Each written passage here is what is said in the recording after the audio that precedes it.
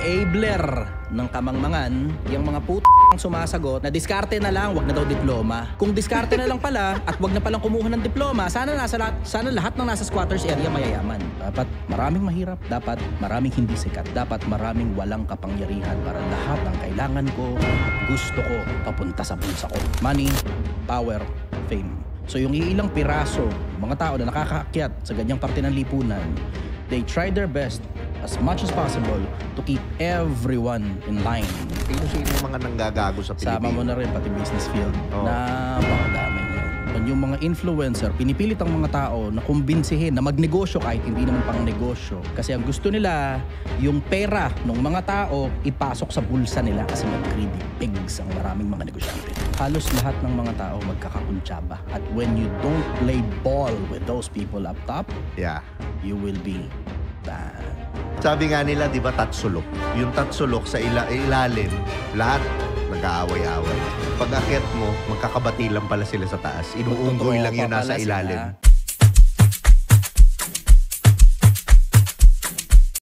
What's up, guys? Welcome to Do You Think? Ako nga pala si Tio Bry, ang host nitong podcast na to. At syempre, maraming salamat sa Tritone Studios, Tritone Entertainment. At syempre, Pikutin Perfume ni Tio Bry, bilhin nyo. Punta lang kayo sa Facebook page, Pikutin Perfume by Tio Bry.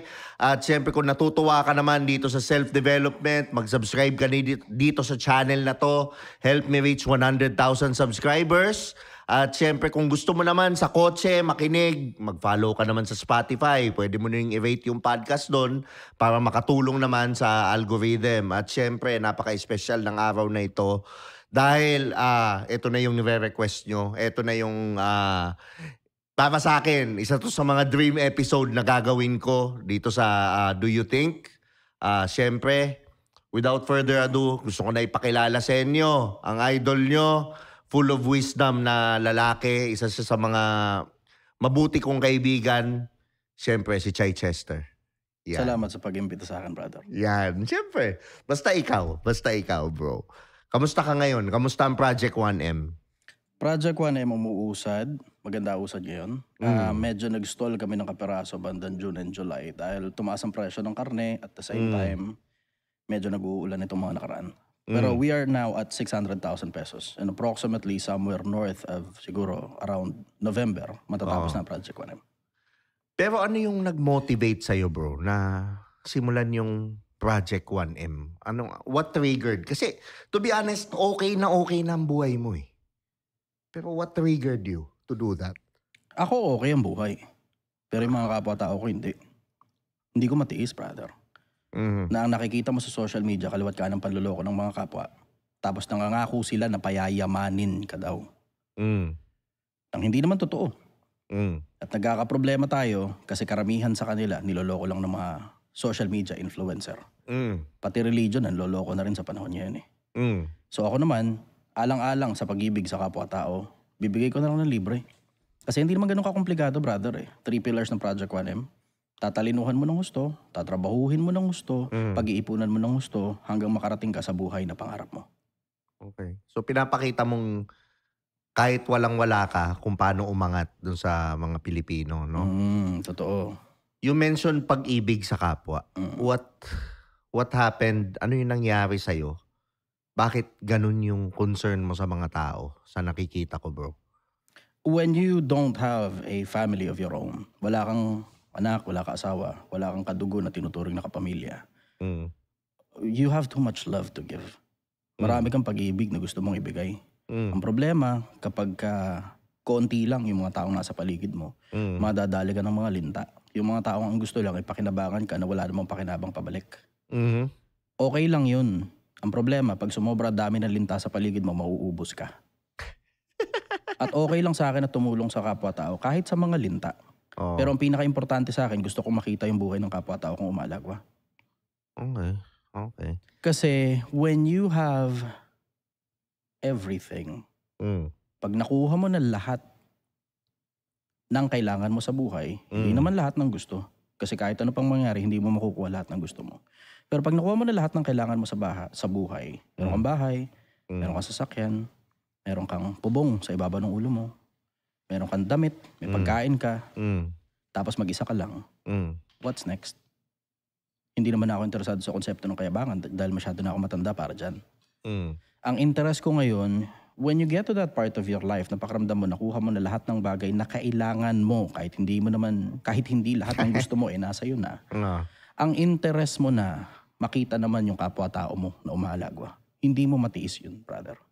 Pero pag meron kang anak, siguro, yun ang isa sa mga disadvantage ng pagkakaroon ng anak. As much as there's so many advantages ng pagkakaroon ng anak, marami ring disadvantages. Isa sa mga disadvantage niyan, yung matututok na lang ang attention mo, puro na lang sa anak.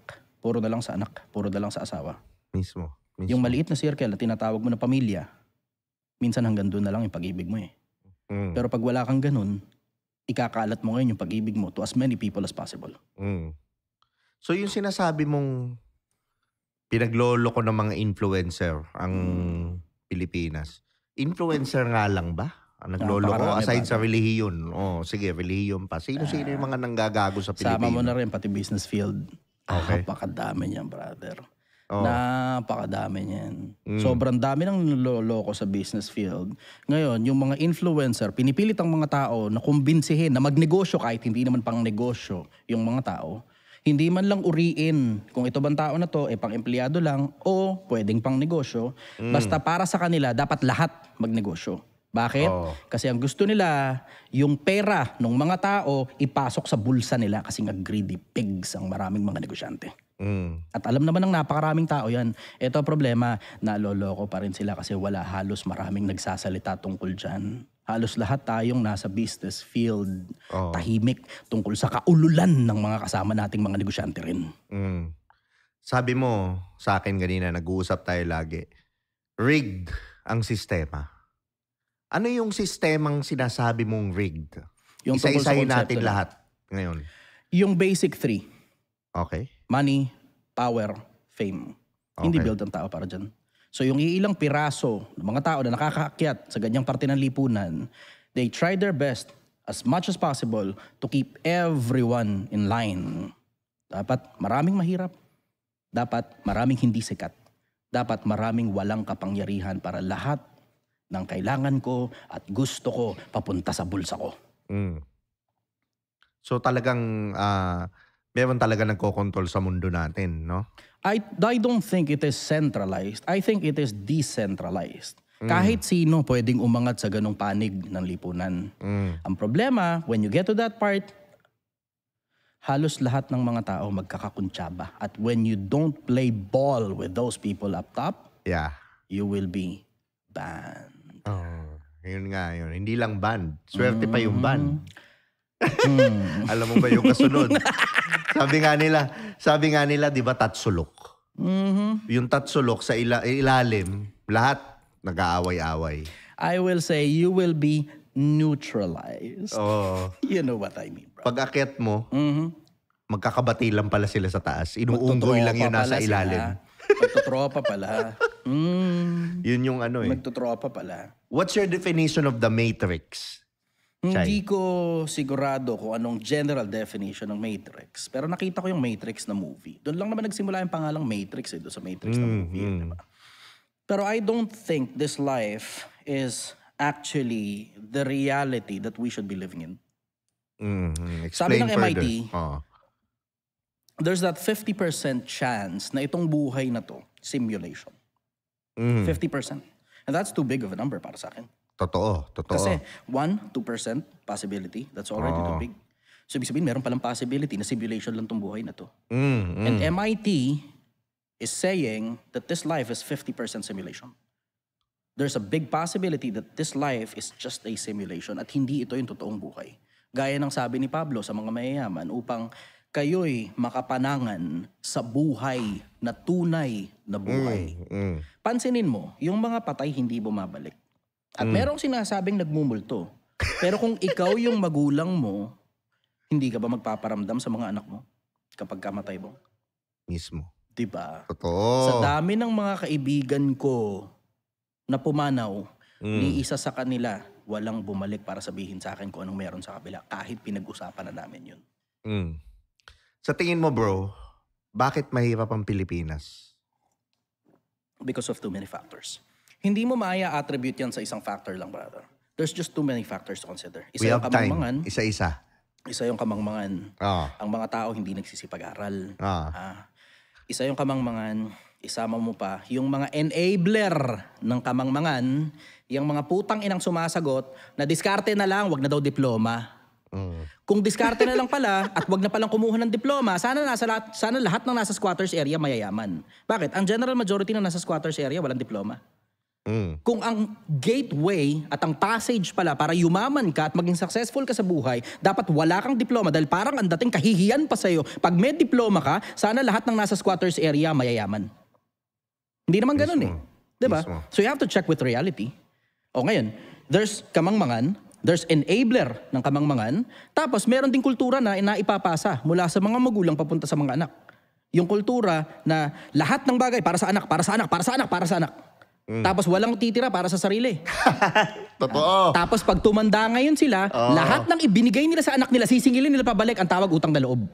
And then hindi pala para sa anak yan, para sa'yo din pala yan. Kasi investment mo pala yung mga anak mo. Mismo. Nagiging sistema na eh. Ang nangyayari, yung mga magulang, nag-aanak kahit hindi pa naman nararapat, dinadamihan pa nila para ang tawag may mag-aalaga daw sa kanila pagtanda nila. Yun ang tawag. And let me translate that kasi magulo yung salitang pag-aalaga eh. Pag-aalaga. Magulo yan. Yung salitang pag-aalaga ng mga magulang, ang ibig sabihin nun, lahat ng pera mo, anak, bigay mo sa akin. Okay.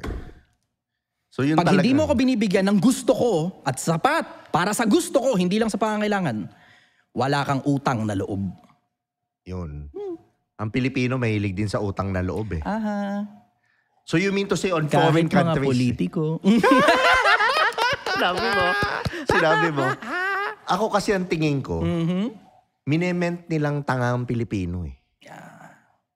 Kasi kung walang tanga ang Pilipino, majority ng boboto, yun tanga eh. Totoo, brother.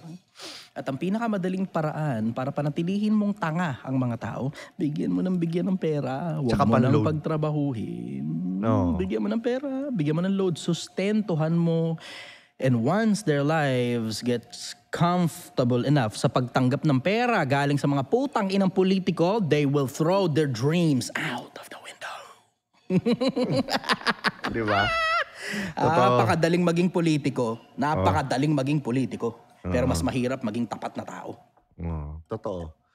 Tapos yung binabayad sa tax, God forbid, saan napupunta. Di ba? Sa pinagpalang bulsa ng mga politiko na nire-recycle yung ilang porsyento para tawagin silang mabubuting tao na nagbibigay sa mga mahihirap. So yung mabubuting napupunta sa mabuting kamay. Totoo. Mabubuting kamay. I wonder kung saan galing yung mabubuting kamay. Excited na ako mapatay ng mga hinayupak na yan. Pero yung sa tingin mo, may politiko nga bang hindi nangungurakot? Mahirap sabihin, brother. Diretso. Alam mo naman kung ano ibig sabihin ng SOP. At sex lahat on ng phone? politiko. Sex on phone ba? Ibig sabihin sex on pogi.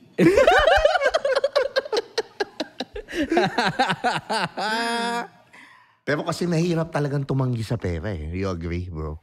Oo, totoo. It takes so much guts para tumanggi sa pera. Kasi diretso ako, personal, napakarami ng in-offer sa akin. At hindi birong pera ang in-offer. Brother, milyon. I'm sure. Ang hirap tumanggi sa milyon. At bawat isang offer, kaya mong magpatayo ng isang pirasong bahay. Ang problema kasi, personal, I have tasted so much of that money.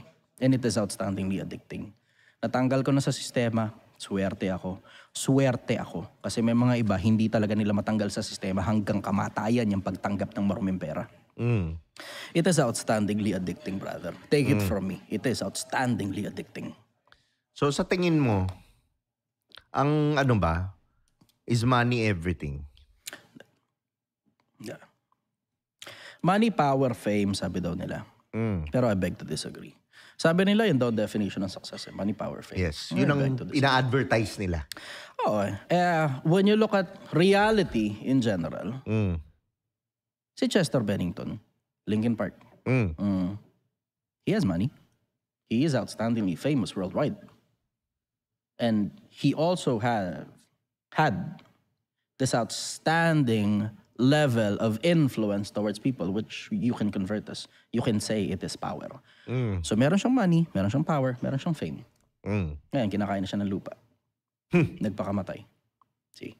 Hindi automatic na meron kang kapangyarihan, meron kang pera, meron kang kasikatan, successful ka na. Kasi when you get to that part of your life that you will die, and it is inevitable, pagdating mo sa kabilang buhay, hindi ka tinatanggap ng Diyos. You have gone outstandingly long way just to fail at the very end. Sumobra yung yaman mo, yung kapangyarihan mo, yung kasikatan mo. Pagdating sa dulo, hindi ka tinatanggap ng Diyos sa langit. Failure ka pa rin, brother. So money, power, and fame is not everything. I agree. Para sa akin, kailangan ready yung vessel mo eh. Kasi it's a lot of power na pag binigay sa'yo, mabubuwang ka talaga sa tao. Mabubulok ka. Diba? Tangina, brother. I have seen power with my eyes. Money and fame. Ngayon, kalat na kalat yung video ko eh. Pwede ako mag-promote ng kahit na anong kaputang inahan sa social media. Pwede ako mag-promote ng kabulukan sa social media. Hindi biro ang offer sa akin ng mga politiko at hindi rin biro ang offer sa akin ng sugal, brother. Tangina, alam mo yan. Marami tayong mga kaibigan na tumanggap niyan. Hindi na para pangalanan sila isa-isa. I don't want to demonize those people kasi malay mo, magbagong buhay pa sila. Pero tangina, brother, hindi birong laki ng pera ang binibigay. Putang ina, ang daming pera. Tsaka Ang sistema dami, brother. Sistema siya eh. Sistema siya eh. Totoo. Yung mga people in power, ginagamit yung mga may impluensya. Tangina, brother. Diba? Tangina. Delikado. Nabubulok ang buong mundo, brother. Oo. Diba? Delikado. Bulungan lang ito. Hindi pwedeng sabihin sa maramihan kasi makakala tayong nasa ibabaw. Oo. Sinabi mo. Dahan-dahan. Diba? Pero ano yung tingin mong nagpapabulok sa mga Pilipino ngayon? Greed. Kasakiman. Na in-advertise kasi. Yung hindi birong kasakiman ng mga tao. For money, for power, for fame. Yung hindi birong lust ng mga tao sa katamaran, sa kalibugan, at sa maraming iba't iba pang bagay na haling at nakakasama. Yun ang nakakapagpabulok sa mga tao. Sabi nila bro, Yung kabulukan, brother, let me just expound on that. Imaginein mo mula sa pinakataas hanggang sa pinakababa. Sabihin mo, paano yung mga baba nabubulok din? Hindi ba kabulukan yun na manatili kang mahirap na isang kahig, isang tuka, nag-aanak ka pa ng marami, tas ang dahilan mo para iligtas ka ng mga anak mo sa kahirapan? Na ikaw mismo, ayaw mong trabahuhin yung sarili mo dahil tinatamad kang magtrabaho at lahat ng meron ka, ini-invest mo sa anak mo para yung anak mo na magsusustento at magpapakain sa'yo. Pag tinatamad ka na ulit magtrabaho, hindi ba kabulukan yan? Hindi ba kabulukan na mas pinipili mo pa yung chismis kaysa magtrabaho? Hindi ba kabulukan na pinipili mo pa yung paghilata kaysa magtrabaho? Hindi ba kabulukan na hindi baling gumawa ka ng katarantaduhan, masustinihan mo lang kung ano man yung kapritsyo, yung bisyo, yung poke, yung shabu. At lahat ng kabulukan na meron sa'yo, hindi ba kabulukan yan? Tsaka ako nandun ako as a tao, importanteng mawala ka sa survival mode. Brother. Kasi pag nandun ka sa survival mode, this is not about money. Pag nandun ka sa survival mode, kahit may pera ka na, okay. Para maprotektahan ko yung yaman ko, hindi maubos to, tatakbo akong politiko. Or kailangan dumikit ako dito. Or kailangan gumawa ako ng illegal para lang hindi. Kasi mauubusan ka. Yun yung feeling mo. Yung greed. Lust. Diba? Greed and lust. Sarap, diba? Apakasarap niyan, brother. Pero sa tingin mo, sinong gumawa nun? Merong tinatawag sa Biblia at saka sa Quran na sariling masamang pita. Sarili din natin yun eh. Because of survival instinct, kaya nga nang sabi mo.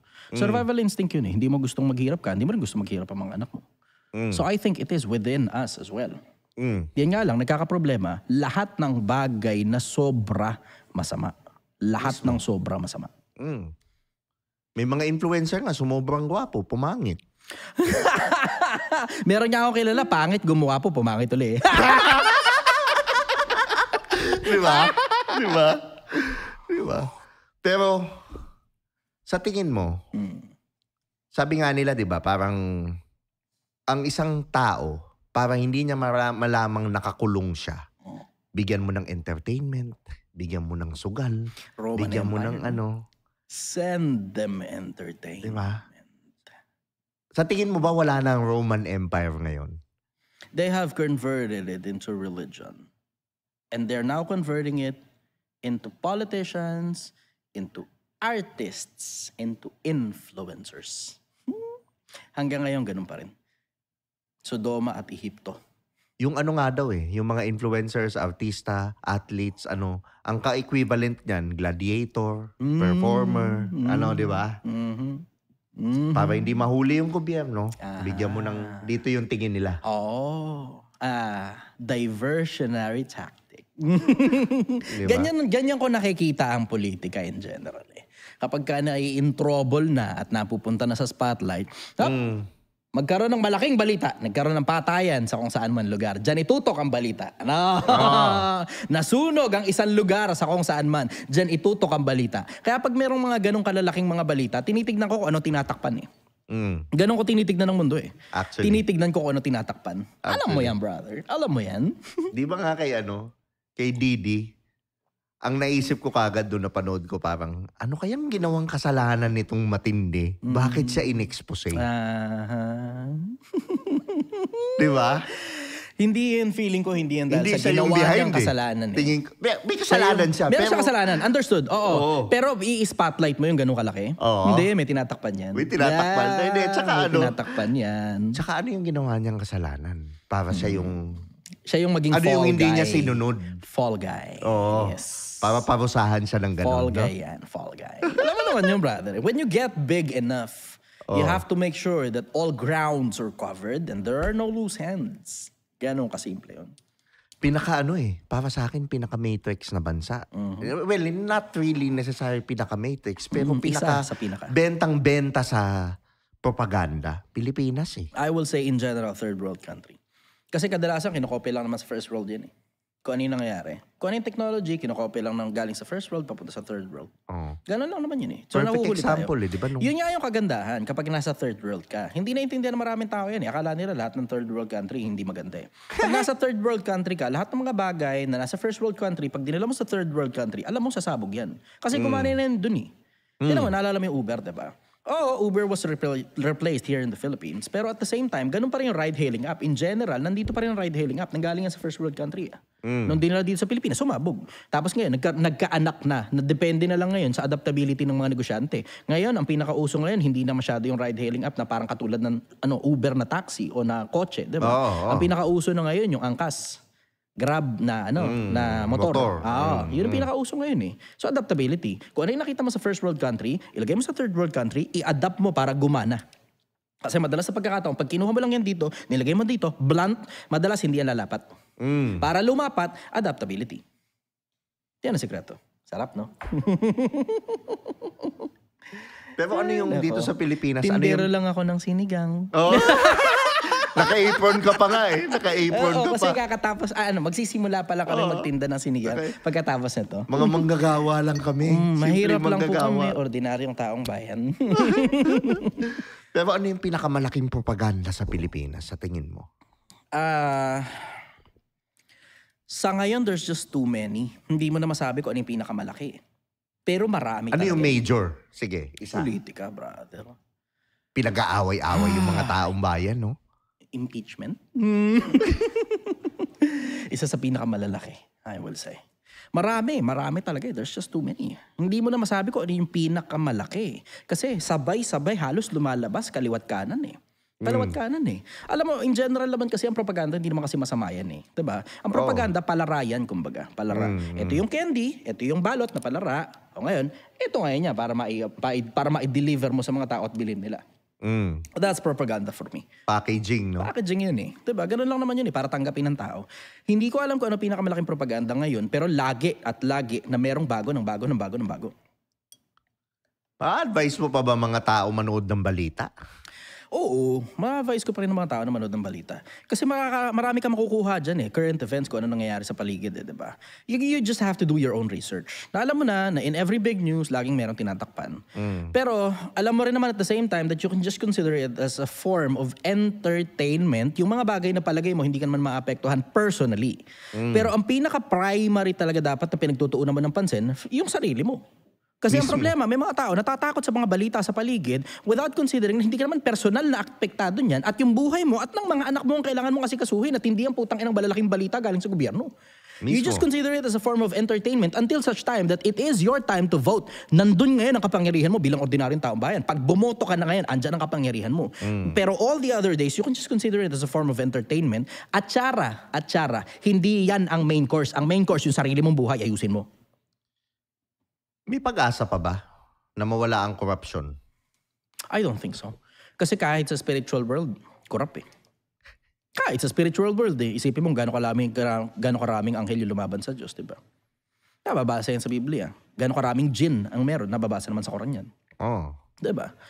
I don't think so. It is what it is, no? It is what it is. Until Judgment Day comes. We just have to wait for it. Ganun What's Judgment Day for you, bro? Palagay ko yung kaduluduluhan kung ano man ang itsura nun. Kasi one way or the other, pati mga scientifico sinasabi naman, ina-acknowledge that we're all going to die. We're all, as a human species, dalawa lang naman kapupuntahan natin either transcendence or extinction. Dalawa lang ang kapupuntahan ng mga tao in general.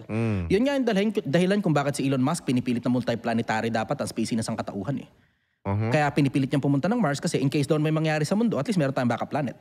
Pero in general, I think humanity in general, the human beings in general, dalawa lang ang pupunta natin. Either transcendence or extinction. So kung ano man ang itsura ng Judgment Day, I don't know. I will just have to wait for it while working in myself. Yun ang sobrang importante. Yung sarili mo ang sobrang importante. Kung ano man ang mangyayari sa hinaharap, then so be it. Gaya nga nasabi ng kanta, Que sera, whatever will be. The future's not ours to see. Que sera. Diba? Yun nga yung nagpapa-excite Hindi mo alam Yun na hindi nakikita ng ibang tao. Takot sila dun sa unknown.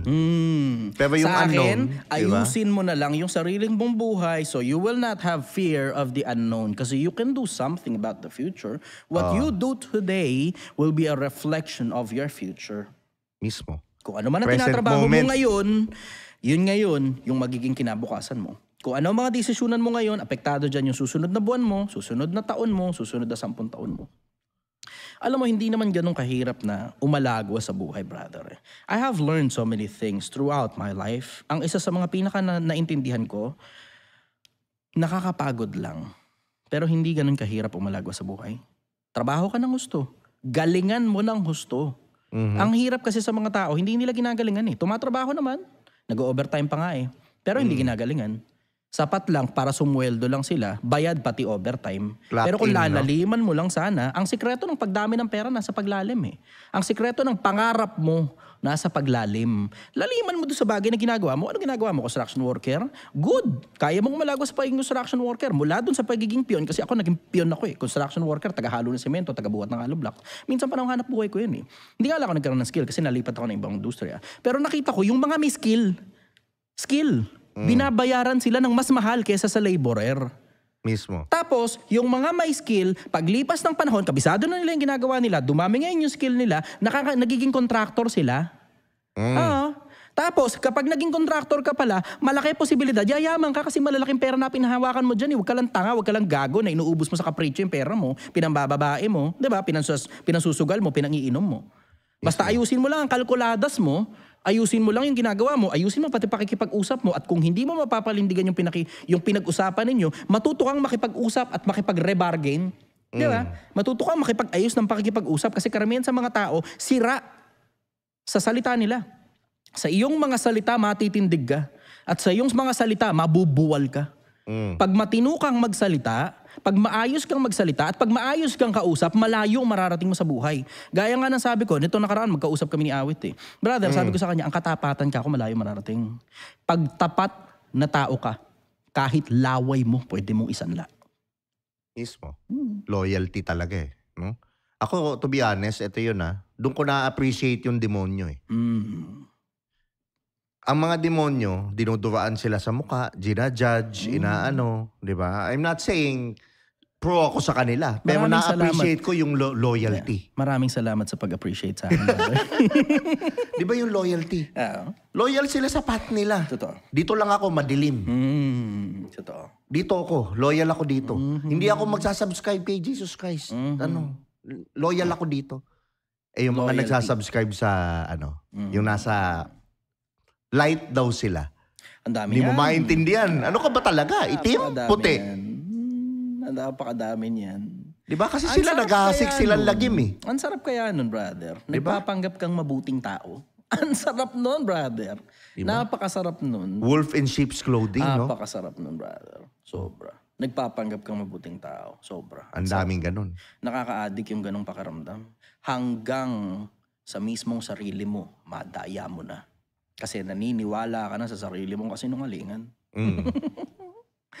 Ang sarap ng buhay, brother. Napakasarap ng buhay. Ito tanong ko sa'yo, ano nagpapasupot sa lalaki?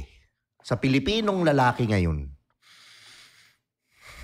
Yung maling pagpapalaki sa kanila ng magulang nila. Ano yun?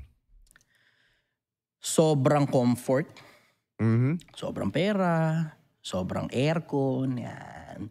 Sobrang pag-aalaga, sobrang pag-aasikaso. Tapos ang ending, malamya yung anak nila. Tapos batok-batokan lang ng mga kaklase nila na galing ng squatters area at pambaragan.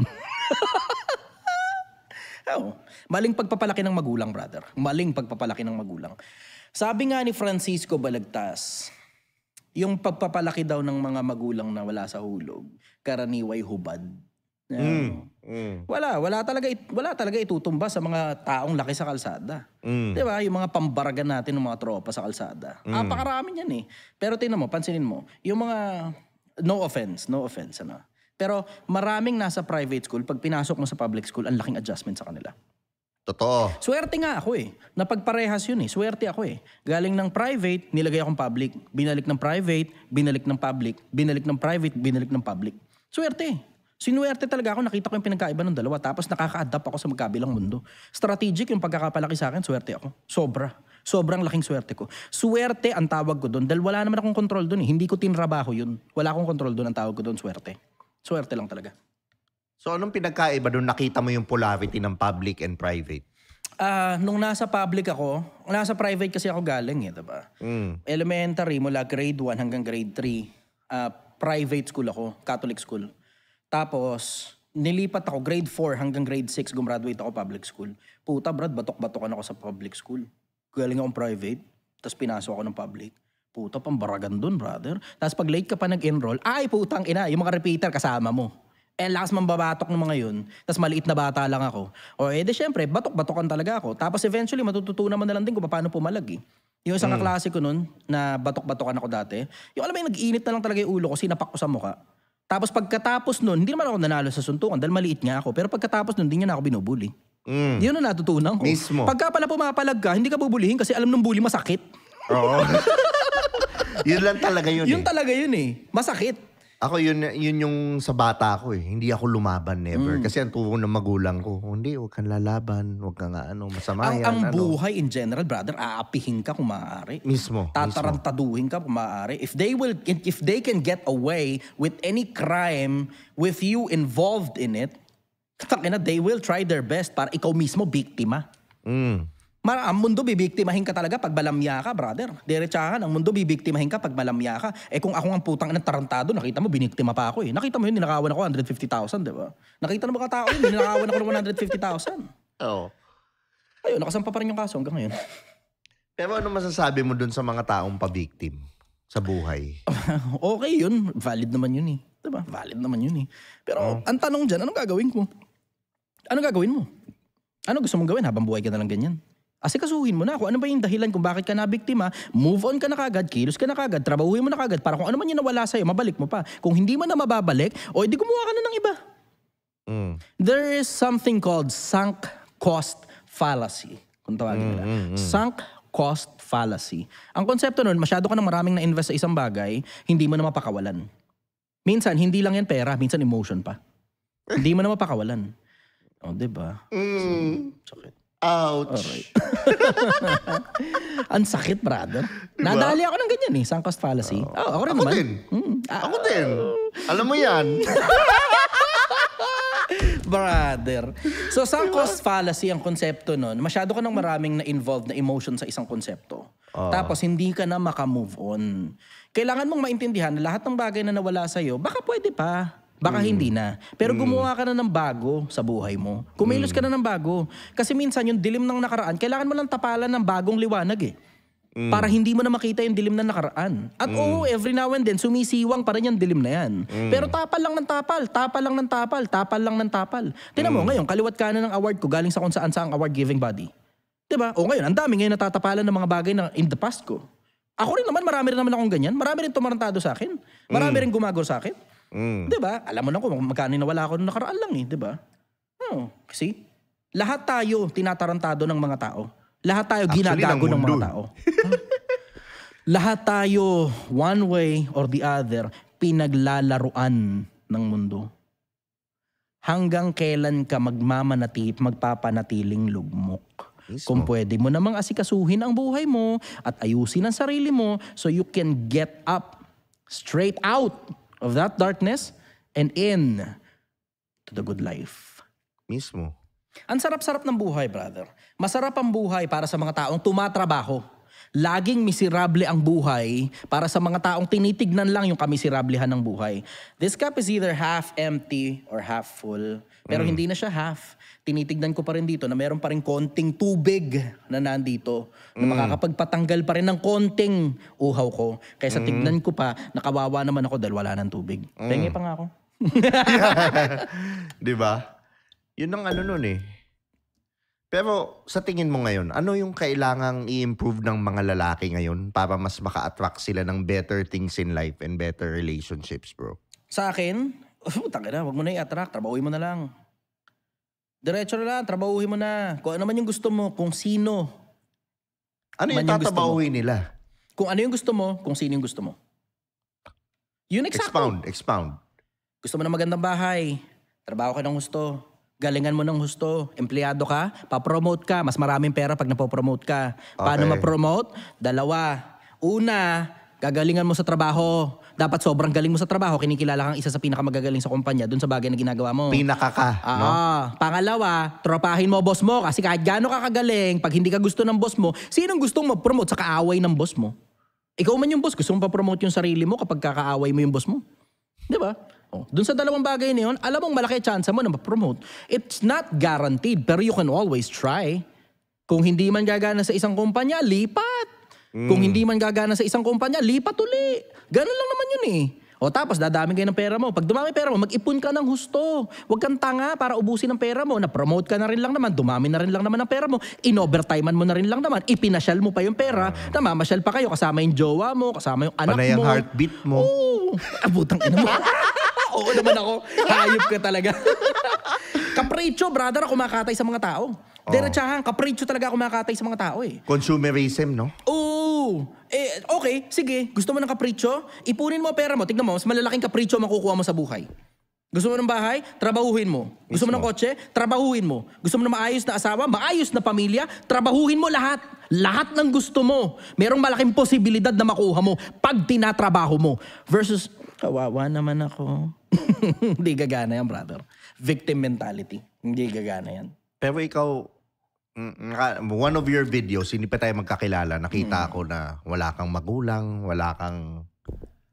Kumbaga, yung odds against you Paano ka lumaban, bro? Sinuwerte. Sinuwerte. Ano yung meron ka? Meron akong... Na quality, kaya I will say sinuwerte. Really? You believe in swerte? Sinuwerte? Hindi ako naniniwala sa konsepto ng swerte at malas, pero ginagamit ko yung term na swerte kasi yun yung naiintindihan ng mga tao. Naiintindihan ko yung tsamba na mabuting tsambang tsumamba sa'yo. Yung mabuting tsambang tsumamba sa akin na meron akong lakas. Yung mabuting tsamba na tsumamba sa akin na meron akong buhay. Yung mabuting tsamba na tsumamba sa akin na may sipag ako sa sistema. Yung mabuting tsamba na tsumamba sa akin na mahilig ako sa karunungan. Yun yung nakapagpaalagwa sa akin. Kasi mahirap ang buhay sa kalsada, brother. Diretso. Pinalayas ako eh.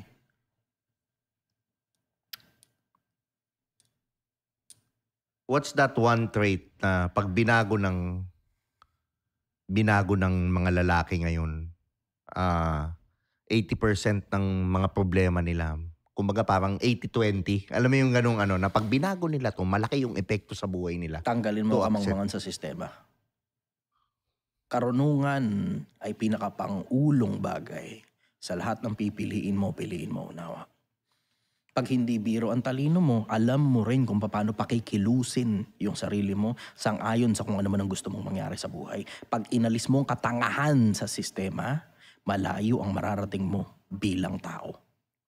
Kumbaga nga daw no? If you want to be successful, look at what everyone is doing. Then do the opposite. You are welcome to do the same. You are also welcome to do the opposite. Either way works, brother. Ang buhay parang lagare. Dapat matuto ka lang mag-adapt. Pag nakita mo ng sinangkal mo yung lagare, kumakalso, hatakin mo naman. Huwag kang tanga, pipilitin mo pa kahit alam mo nang hindi gumagana. Hatakin mo, tapos tsaka mo banatan uli. Hatakin mo uli, tsaka mo banatan uli. Pag hatak mo, kumakalso talaga, tignan mo muna, baka naman may pako. Yung iba bobo puta, pinipilit kahit alam na nilang hindi naman gumagana eh. Ang tanga mo naman. Nakita mo na hindi gumagana yung sistema. Alam mo na yan, nakita mo na yan galing sa lolo't lola mo, sa lolo ng nanay, ng tatay, ng lolong ng lola mo, na yung konsepto na mag-aanak ka ng marami, tapos lahat ng bagay, bibigay mo para sa anak, tapos pagtanda mo, hihingin mo pabalik lahat ng pera ng anak mo, nakita mo nang hindi gumagana at pagdating sa dulo, mag-aaway-aaway lang kayo dyan eh.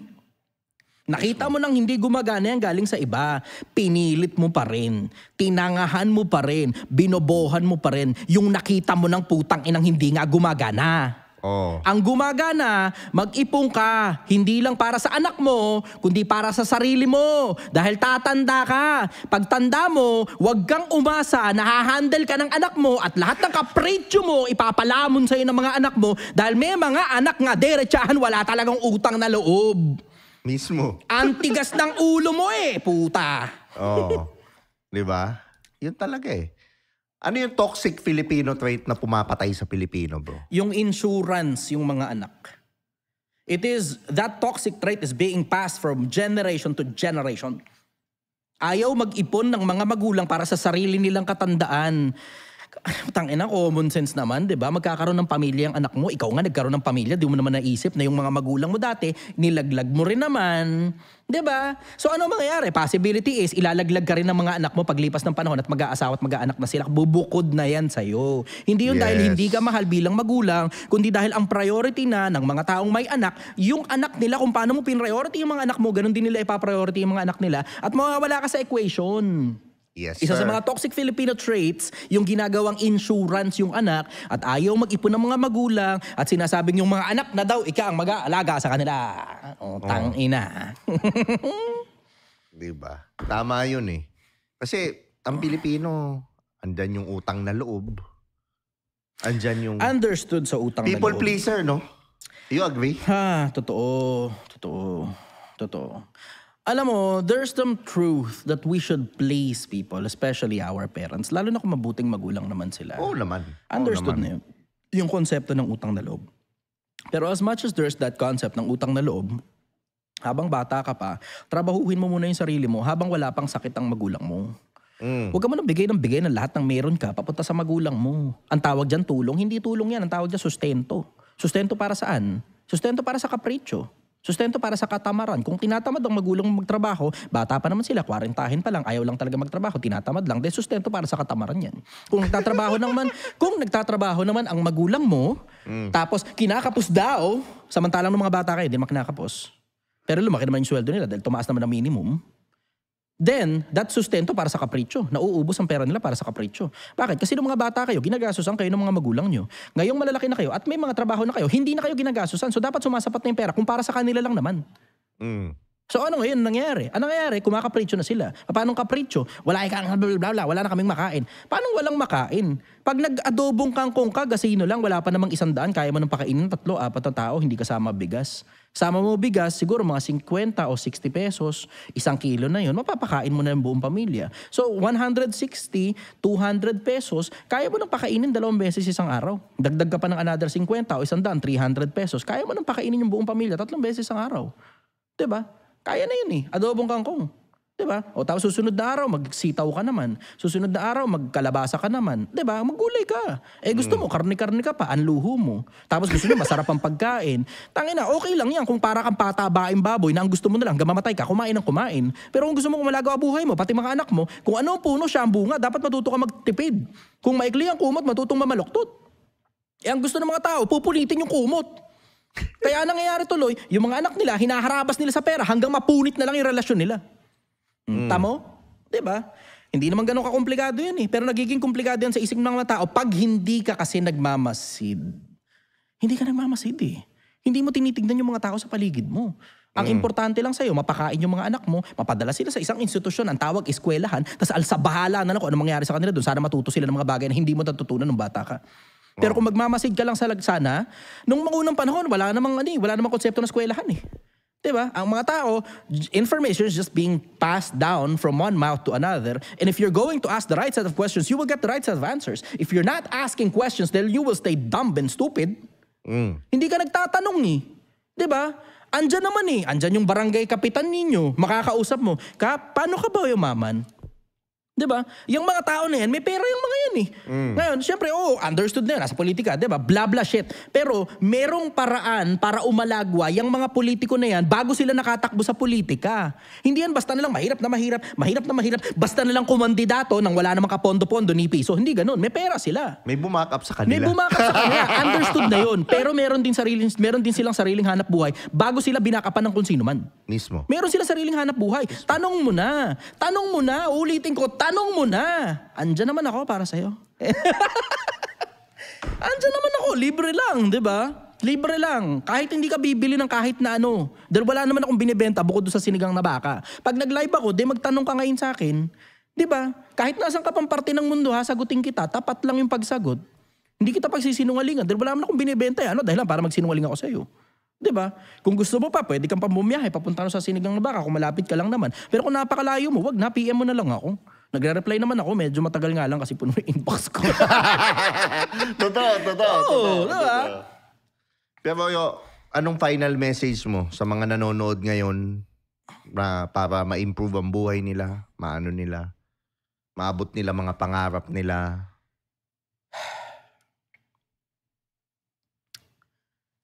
Lahat ng nagdaang panahon, nagdaan na.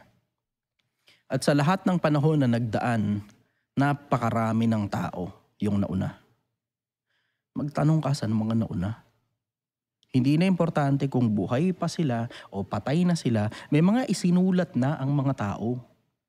Lahat ng maiisip mo na industriya ang gusto mong pasukin, merong isinulat dyan ang mga tao. Hindi ka man makapagbasa o makabili man lang ng libro, meron kang load. Makakapag-internet ka. Napapanood mo nga tong podcast na to Mismo. Makakapagtanong ka galing sa mga tao. Buhay man sila o patay. Meron ng ChatGPT, meron ng YouTube, merong Google, merong lahat. Ngayon lang yung panahon sa sangkatauhan na hindi birong tindi ng pagkakataon para maging mayaman. Mismo. At ngayon lang yung panahon sa buong sangkatauhan na hindi biro, ang dami ng information just at your fingertips. Nasa dulo lang ng daliri mo. Pindutin mo na yung putang ina sa cellphone mo. Mismo. Maawa ka sa anak mo. Maawa ka sa apo mo. Magpakatalino ka. Kasi minsan, konting talino lang ang kailangan. Kailangan mo bang maging engineer, abogado, doktor? Kung hindi mo kaya, then wag. Mismo. Pero kung ano yung mismong ginagawa mo, i-type mo lang sa YouTube, meron ng yumaman dyan kahit ano pa yan. Wow. Kahit pang-construction, may yumaman na dyan. Kahit pamamasura, may yumaman na dyan. Nakita ninyo nung nasa Tondo ako, Pilipinas, Kung paanong pinilit naming banatan at umalagwa sa loob lang ng 1 buwan. Piso lang ang dala ko. Pilipinas, minsan ka lang mabubuhay. Huwag mong hayaang namatay na lang ng walang kabuluhan ng mga bayani natin at nabubulok sila sa ilalim ng lupa dahil sa kung ano man yung meron ka ngayon na pinaghihirapan mo na hindi gumagana. Gumana na yung buhay ng mga mayayaman. Pilipinas, magtatanong ka na lang. Thank you, bro, sa pagpunta Maraming mo salamat, finally. brother. Di ba? Nagpunta ka dito. Matagal na kitang gustong kidnapin, pero at least pumunta ka dito. Maraming salamat. At promote mo naman kung ano yung gusto mong promote or sabihin sa mga audience natin, sa ano. Wala akong gustong i-promote kundi ayusin mo lang ang buhay mong Pilipinas. Oh. Ang pagmamalasakit ko para sa'yo. Gusto kitang makitang umaalagwa sa buhay mo at nararating mo kung ano man ang gusto mong marating sa buhay. Yes. At gusto kitang makita na magkakasama tayo sa maayos na kalagayan pagdating natin sa kapilang buhay. Salamat sa pag-imbita sa akin, brother. Siyempre, bro. Love you, bro. Alam mo I love you yan. too, brother. So ako, maraming salamat sa mga nanood. Kung nakakuha ka naman ng value dito, imposible namang wala. Tanga ka pag wala ka nakuha value dito. Di ba? Mag-subscribe ka naman dito sa channel. Share mo na to sa mga tropa mo na gustong mag-improve. At syempre, pakinggan mo kami sa Spotify. Follow nyo. I-rate nyo na rin yung podcast. Maraming salamat sa Tritone Entertainment, Tritone Studios. Ako si Tio Bry, syempre. Kasama ko si Chichester dito sa Do You Think? See you on the next episode. Maraming salamat.